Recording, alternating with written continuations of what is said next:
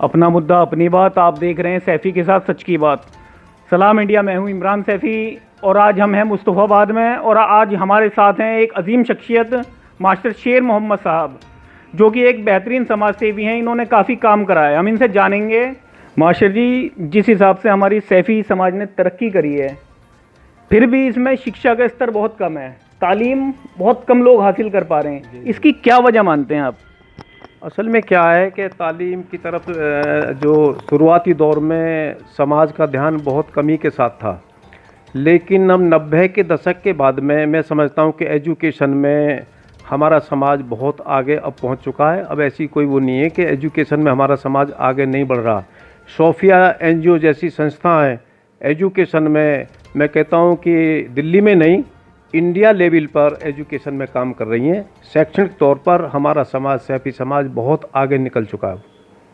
अच्छा मास्टर जी, जिस हिसाब से लॉकडाउन में शादियां हुई, जी 10 लोग 20 लोग शामिल हुए, ये बहुत अच्छी बात है कि 10-20 लोग शामिल हुए, शादी करके ले गए लड़की को। लेकिन मास्टर जी, लड़कियों को काफ़ी परेशानी का सामना उठाना पड़ा इसमें।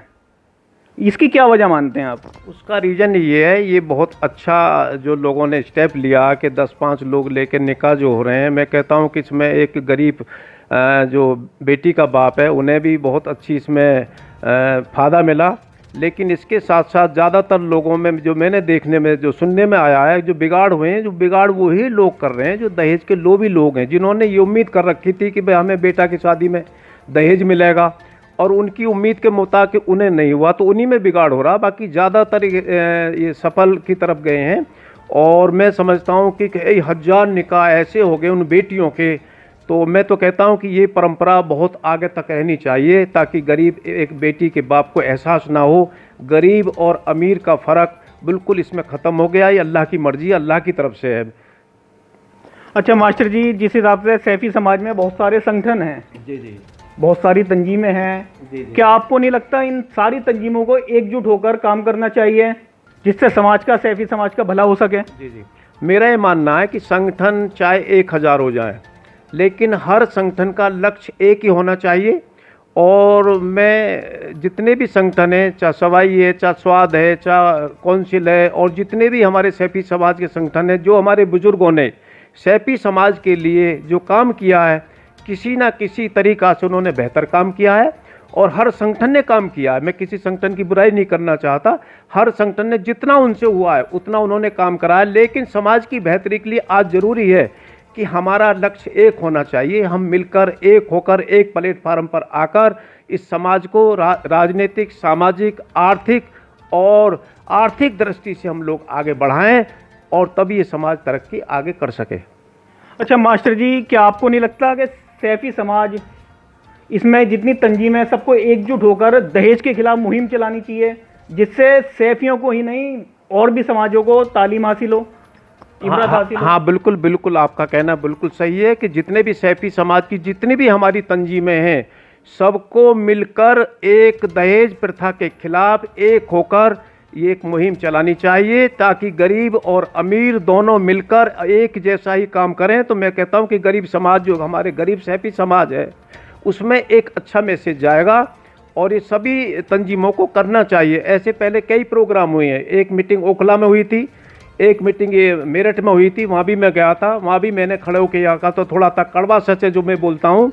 मैंने कहा था कितने लोग ऐसे यहाँ बैठे हैं जिन्होंने अपने बेटों की शादी में गाड़ी ना ली, मैंने बोला था। तो वहाँ पे तकरीबन सबको सांप सूंघ गया था। मैं कहता हूँ कि 90% ऐसे लोग थे जिन्होंने अपनी बेटों की शादी में गाड़ियाँ ली हैं।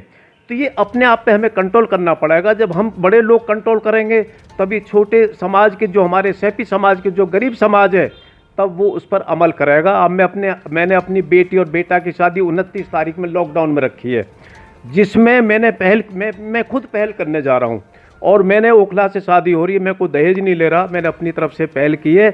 और मैं पूरे समाज से भी गुजारिश करना चाहता हूँ, अपील करना चाहता हूँ कि ये बड़े जो हमारे चोचले हैं, जो बड़े मैरिज होम में बड़े जितने हम जो बर्बादी करते हैं, इस बर्बादी को ख़त्म करके अपनी बच्चों की तरक्की के लिए, अपने बच्चों के विकास के लिए, अपने बच्चों की शिक्षा के लिए और समाज की तरक्की पे इस पैसे को खर्च करें, ना कि नाजायज़ तरीक़ा का जो खर्च होता है, इस पैसे को बचाएं।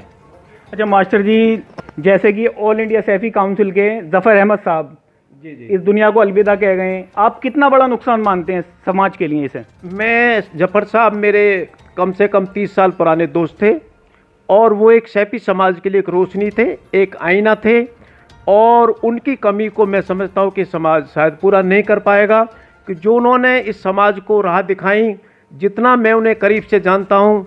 और मैं उनके बारे में आपको बताता चलूँ कि 97-98 में हम भोपाल में सैफी सम्मेलन करने गए थे, गजरौला में सैफी सम्मेलन करने गए थे, संभल में हमने सैफी सम्मेलन किया, और जफर साहब के साथ हमने बिहार में भी सैफी सम्मेलन किए। यानी कि 30 साल के पीरियड में सैफी समाज को तरक्की की तरफ ले जाने वाले, सैफी समाज को नाम देने वाले, और सैफी समाज के जो शैक्षणिक राजनीतिक दिशा देने वाले, वो एक बहुत सुलझे हुए और एक बहुत जिंदा दिल इंसान थे, खुश दिल इंसान थे। यानी कि मुझे भी राजनीति में लाने की प्रेरणा उन्होंने दी। और शकीला बेगम जो मेरी वाइफ थी, वो सैफी समाज की पहली सैफी काउंसलर बनी थी, वो भी सैफी समाज इन्हीं की देन थी। अच्छा मास्टर, ये आखिरी बात, आप समस्त सैफी समाज को क्या संदेश देना चाहेंगे? मैं सैफी समाज को सबसे पहले अपने बच्चों को अच्छी तालीम दें, और राजनीति में भी हमारी हिस्सेदारी होनी चाहिए, क्योंकि जब तक राजनीति में हमारी हिस्सेदारी ना होगी, सैफी समाज कभी आगे नहीं बढ़ सकता। मैं हमेशा कहता हूं कि वो समाज कभी तरक्की नहीं कर सकता, वो समाज कभी आगे नहीं बढ़ सकता, वो समाज कभी उन्नति नहीं कर सकता जिस समाज की सत्ता में या राजनीति में हिस्सेदारी ना हो। तो मेरा कहना यह है कि अपने बच्चों को एजुकेशन से लेके, राजनीति से लेके, सामाजिक तौर पे और कारोबार के सामने हमें तरक्की तभी मिलेगी, तब हम राजनीति में अपने बच्चों को और हिस्सेदारी देंगे। अच्छा मास्टर जी, आपको नहीं लगता दिल्ली में सैफी समाज में बहुत सारी तंजीमें हैं? जी जी जी। तो दिल्ली में चुनाव नहीं होना चाहिए ताकि अच्छा सदर मिल सके सैफी समाज को? बिल्कुल बिल्कुल, आपका कहना बिल्कुल सही है, और ये राय हमने अभी नहीं, हर सैफी डे में, जो आपका ये क्या नाम है, प्यारे लाल भवन में जो सैफी डे हुआ था, वो इसी पॉइंट पर हुआ था। हमने वहाँ खड़े होकर अपनी स्पीच में भी कहा था कि दिल्ली में एक बेहतर तरीक़ा से एक इलेक्शन होना चाहिए और एक इलेक्टेड सदर बनना चाहिए, क्योंकि जितनी भी तंजीमें, सारी तंजीमें चुनाव लड़ें, और एक चुना हुआ सदर जब दिल्ली में होगा तो उसकी वैल्यू जो होगी वो समाज में भी होगी, और एक सरकार में भी उसकी एक वैल्यू होगी। तो हमारी राय और मेरी राय ये है कि दिल्ली में चुनाव होना चाहिए। उसके लिए समाज अगर जो भी जिम्मेदारी मुझे देगा, सैफी समाज, मैं उस जिम्मेदारी को निभाने के लिए तैयार हूँ।